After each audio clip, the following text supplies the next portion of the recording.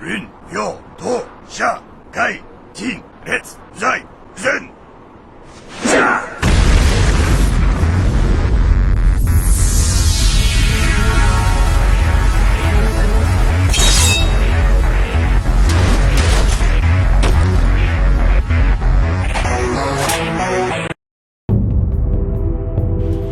So, ninja versus samurai. This is a huge topic, and in order to understand this, we need to first understand what a samurai is and what a ninja is. Well, I think that most of you know what a samurai is. Of course, it's an elite warrior of feudal Japan. Thing is, though, that this answer actually doesn't help us understand and fight the misconceptions that we have out there about both the samurai and the ninja. So I think the most important thing we need to focus on when we're talking about the samurai class is to understand, first of all, that before being a warrior, a samurai is a specific social status. So this is how feudal Japanese society was organized. We have at the top, we have the emperor, then we have the bushi, meaning samurai. So within this bushi system, we've got the daimyo, we've got the shogun, we've got the samurai. Then we've got the peasants, the merchants, and all the others until we have the outcast. So being a samurai means having a specific social role within this society. Now, being a ninja instead is not a role, okay? It's not a status, it's not anything within this pyramid we have just discussed. So what is a ninja? So this helps us understand that being a ninja is basically an occupation, is a job, whereas being a samurai is not a job.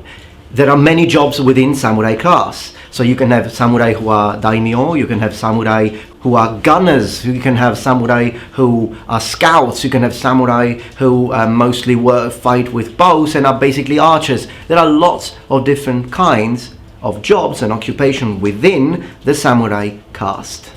So a ninja, or a shinobi no mono, like we should say, which is the actual term, a shinobi, we said, is an occupation. So basically a shinobi could be part of any of these social statuses. In fact, and this is what it's going to surprise many people, but we do have historical accounts of samurai who were also ninja. So never mind this whole concept of samurai versus ninja, because the samurai are the honorable warriors and the ninja, those warriors that do those things the samurai wouldn't do. Okay, forget all of that, because it's all wrong. There was a certain number of samurai who were also ninjas, so samurai who were taking care of those things which had to do with espionage, because this is what mostly a ninja takes care of, spy work, so to speak.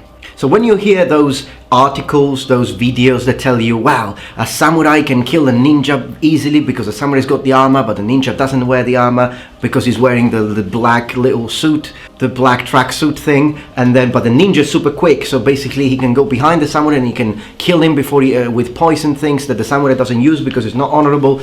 All of this is fantasy. Okay, when you talk about that little black suit ninja who is the sworn enemy of the samurai, it's like saying that when you talk about the knights in World of Warcraft, you are basically reading a history book about medieval Europe. That one is the fantasy ninja. So, did ninja really exist? Yes, they did, but the real ninja is a completely different concept. The real shinobi no mono is a completely different concept.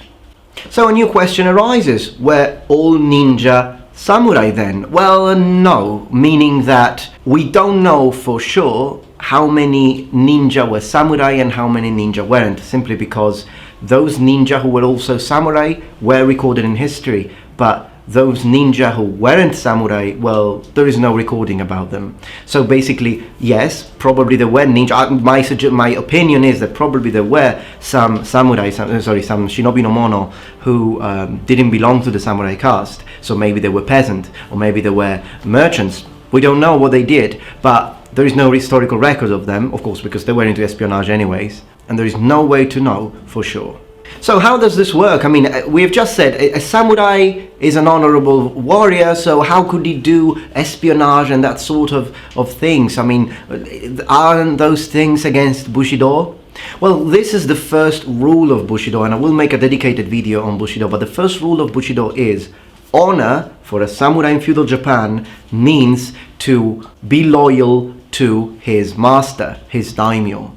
So there are many things that a samurai of feudal Japan would do to please his master that we, in our day and age, consider to be despicable, to say the least.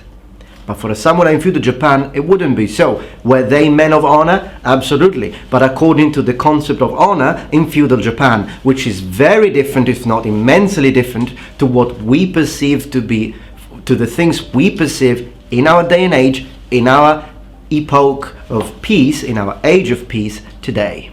So, of course, if you have been told by your daimyo and your generals to go fight in a battle and you run away, yes, of course, that's a dishonorable thing that would probably cause seppuku, to be asked to the samurai, and then, you know, shame to his family and everything. We can relate to that. But, you know, beheading your opponent and bringing the head to your master was a great point of honor, and it was brutal. And if your opponent was an ashigaru and not a samurai, you would chop off the head of that ashigaru alive. With the samurai, you would show a little bit of respect. So if a samurai was asked to perform espionage, to go on a mission for his lord as a shinobi no mono, that would be honorable, because he's doing something to bring more power, land and control to his master. Now, I could go on forever talking about Bushido, and as I said, I will make a dedicated video if you're interested. But suffice to say that the line dividing the samurai from the ninja is blurry. We have a lot of ambiguity. But this concept of samurai being the sworn enemy of the ninja is nonsensical. We have clans being sworn enemy to other clans. But if you have a samurai and a shinobi no mono belonging to the same clan, they are allies. They are not sworn enemies. So we know what a samurai looked like. A samurai looks like this when he is in full battle regalia.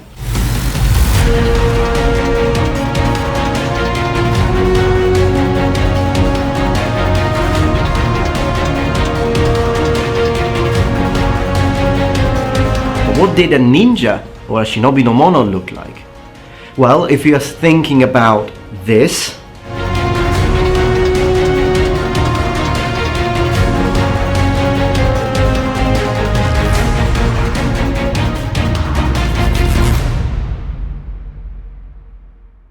so in other words, that image of a shinobi no mono is as accurate as a certain Spanish ninja who wears a mask. I think you know who I'm talking about.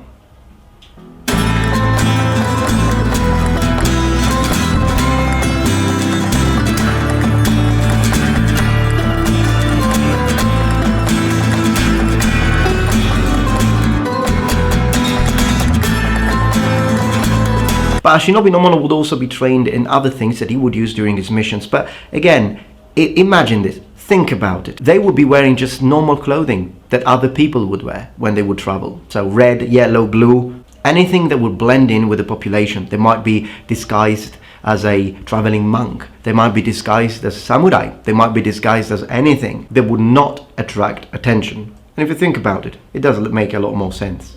So there is no specific suit or tracksuit of the ninja. They would wear anything that they could use during their missions, to complete their missions. Anything that would not become a problem.